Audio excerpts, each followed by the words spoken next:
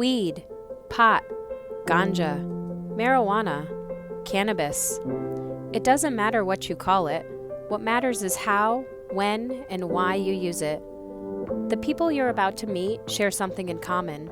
They believe it was cannabis that rescued them when modern medicine and prescription pharmaceuticals failed. The reality is that cannabis was used for medicinal purposes for thousands of years until politics ripped it away from patients in need. After decades of political prohibition, the eyes of the world are finally reopening to the potential cannabis brings to healing, recovery, anxiety, and pain relief. Because cannabis has a Schedule I classification, medical researchers are restricted from conducting experiments on humans. Thousands of anecdotal stories from medical cannabis patients are virtually all we have to learn from. As you listen to these stories from true cannabis believers, decide for yourself if cannabis could play a role in your story too. Today I'm joined by a very good friend of mine, and I wanted to have her share a story with us. And I know each one of us probably has heard a story or maybe even told a story about cannabis. So I really do want to thank you for joining me today to share your story, Nathalie. So Absolutely. It's my pleasure. My name's Nathalie Porter, and today I'm going to tell you my cannabis story. 6 years ago, I was living my life, probably doing some things that I shouldn't, as far as, maybe going out and drinking too much and making bad decisions. And, one night I decided to get in the car with somebody who had been drinking. We got in a horrible car accident. I somehow was ejected from the vehicle because I wasn't wearing my seatbelt. I was found 30 feet away from the car with a broken neck. Doctors called a hangman's brake. So what happened was I landed on my buttocks. When I landed, my neck snapped down and my C2 was completely disintegrated. So I went to the hospital. I was not able to really make my own decisions or make my own calls. So luckily my loving parents were there for me. They came in and signed the paper to the doctors saying that they wanted to do a risky surgery that had a 5% success rate of me not being either a quadriplegic or deceased. And so they signed it off, and the doctors went ahead and did a disectomy. Involves them going in and removing the C2 and then replacing it with a human cadaver bone. And then they went ahead and put a hinge and 4 screws in there. It was a 5% chance for me to come out, but I did. Thank God. Yeah. So these were the x-rays that were taken shortly after my accident. What you're seeing here is my spinal cord with my clavicle 2. This, in fact, in the accident, it was completely dust. So they had to go in and remove my C2 and replace it with a cadaver bone. When they put the bone in, they had to fuse it with a hinge and 4 screws. So that's what you're seeing right here is the head of the screws, and then down here in my mouth, you can really see them here. Yep, you can see the top where it goes into the C1 and this C3. Is where it broke here, right? Yep, this is where the bone was crushed. And this is where they had to screw into the 2 bones. The metal in front of it is titanium, and it acts like a hinge. Okay. So titanium's not magnetic, doesn't go off in an airport. That's funny you mentioned that. I had questions though. Yeah. How about your mobility? You're able to obviously drive a car. Tell us a little about your limitations there. It took a while. I had to, again, work my neck out of atrophy. I had to go through physical therapy. It took me a while to even be able to turn my head, but now I can, turn my head from my shoulder to my shoulder. I can look up kind of, it puts a lot of strain on the back of my spine. Right. And then I can look down. Unfortunately, I can't put my ear to my shoulder at all because of the fusion of my spine. I can bring my shoulder up to my ear, but I can't actually. You've learned other methods. Yeah, I can't actually put it.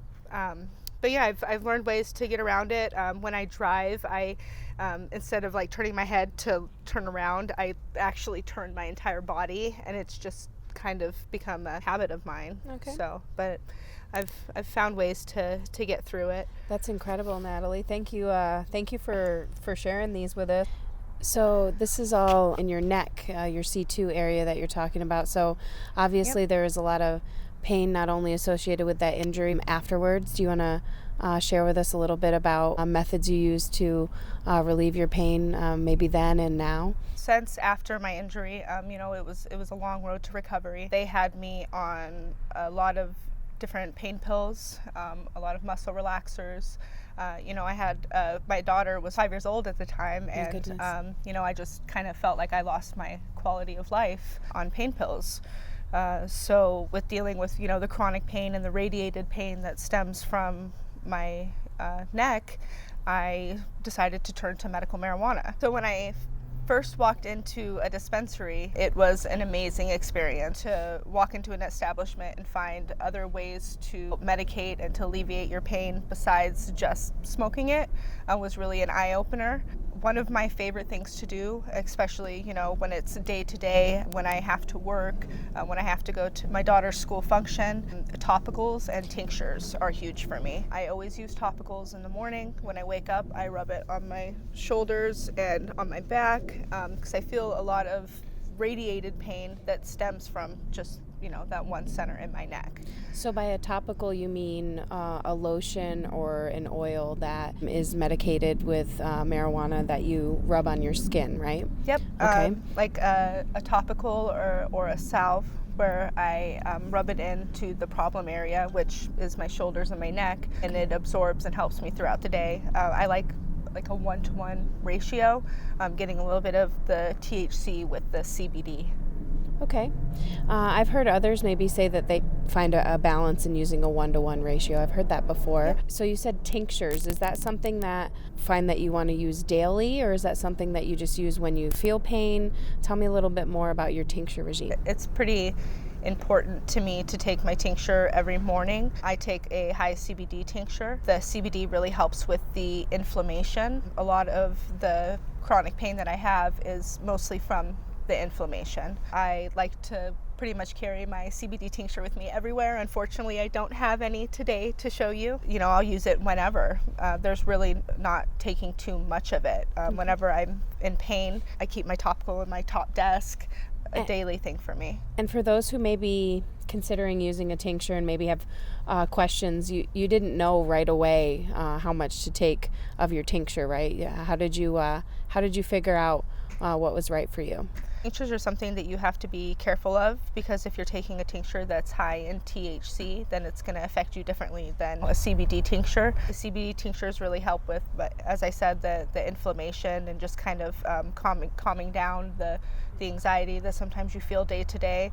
Okay. The THC is a little bit more sedating. You'll kind of get more of that heady feel, something that you might want to maybe stay at home and take. I know for myself, was first experimenting with edibles, for instance, I would have to write down what my feelings were and what my pain relief was, because knowing your dose is something that's really important, I think, not only with cannabis, but in anything that we're using medically. I applaud anyone who knows that it's important to use cannabis outside, like you're doing with your topicals, and also inside with your tinctures. Now, you said that one of your discoveries when you walked in the dispensary was that there were many other methods. Do you still prefer vapor from marijuana or smoking marijuana? Is that still a way that you use medical marijuana, Natalie? Yeah, absolutely. I still do enjoy using flower. I find myself using concentrates more often than flower because it's just a little bit more effective for me. But there's, nothing like sometimes smoking the actual plant. But when you're smoking the flower, it's being ignited and it's a carcinogen. Mm-hmm. And you're actually only getting 10% of the actual cannabinoids and THC that you need. So I prefer vaping. Or again, tinctures. Yeah. So. And as a mom, I know you probably prefer the very discreet method of consumption when it comes to vaping. You feel comfortable, demonstrate for us how quickly you can just vape and feel relief from pain, stress, anxiety. So this is my little silo battery. It's my C-cell battery. It's one of my favorites. And I have the Phoenix Cannabis Company premium vape oil. Okay. And again, that's the full spectrum oil, which I find helps me the most. And it tastes like the actual cannabis plant. Yes. Fully cannabis derived terpenes is one of the things that I know is important to their process. So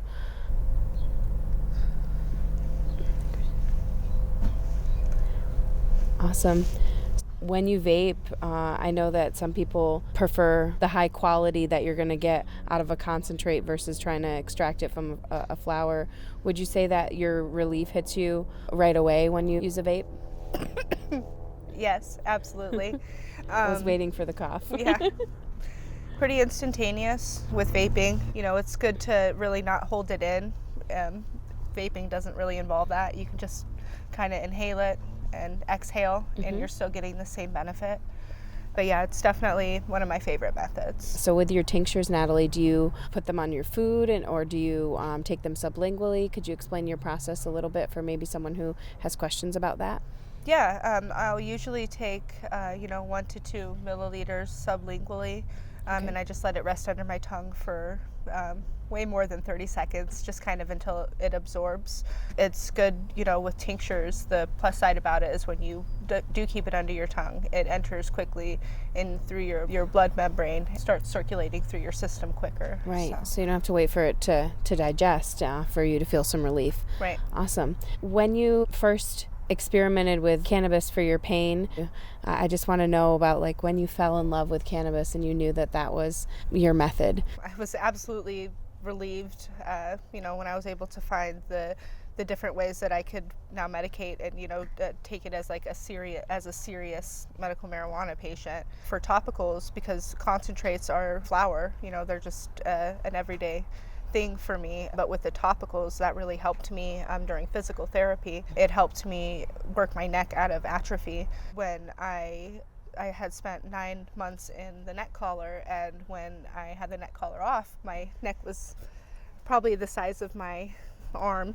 and so I had to rebuild muscle mass and rebuild strength and do the exercising and the physical therapy to make that possible. And I used a lot of topicals during that time. It kind of helped relieve the pain and relieve that feeling that I felt so exposed without my neck collar on. That was a big one for me. So. And I applaud you because I'm sure that a lot of your doctors weren't just recommending medical marijuana or even offering that as a relief method for you. Did you have to go to a certification center to get your first medical marijuana card? Tell us a little bit about that if you can remember that experience. I've been a patient now for 5 years, so I'm sorry I cannot say who my first certification center was. I know that when I did go and get certified that I had to make the decision to get off of pain management. I was no longer using the opioids. I was no longer using the muscle relaxers. I took that dive into using medical marijuana, and it was definitely the right move for me. It gave me back my quality of life. I was able to function on day to day, not feel, sedated. I was able to be a mother, and it was definitely the right path for me. So thank you so much again, Natalie, for taking time today to go over your cannabis story. I know that there's many other journeys that we go on in our lives, but I think the cannabis journey that we all take, somehow we're all related in some way through it. So I think it's extremely brave of you to come and to tell your story today. Is there anything that you wanted to leave us with today as far as your experience with marijuana and maybe advice for someone who's thinking about using it for maybe the same or for different reasons? The decision is ultimately up to you. It's really important that you do some research. Make sure that you ask the right questions. Go on the internet. Look up medical marijuana and chronic pain. See how it has helped other people. I would say ask your doctor, but we're in a very strange time right now. But, if you do decide to use medical marijuana and it does help you, let your PCP know. and tell them, you know, this is helping with my pain in comparison to what I was taking before. Because, you know, doing that type of research and telling our doctors that type of information is how we're going to kind of take away that stigma. Exactly. So, and then, once you do your research, go visit your local certification center. They're found all over the valley, and, you know, get your card. And then visit all the dispensaries in the valley and get your new patient specials and Absolutely. kind of experience what the medical marijuana industry has to offer. And I think it's an industry like any other, and I think an awesome thing for anyone who has questions is that if they just reach out and ask a question, if someone can't answer it for you, there's a whole entire network out there of caring individuals who want to help with the science behind the plant. So thank you Absolutely. again, Nathalie, for doing this today. Thank you. Yeah. Hi, my name is Sheena. I work at Nature's Medicines, and if you'd like to share your cannabis story with us, we would love that. Please reach out to us on social media. At Instagram is naturesmedicines.az, or you can send us an email, info.phx@naturesmedicines.com. That's naturesmedicines.com.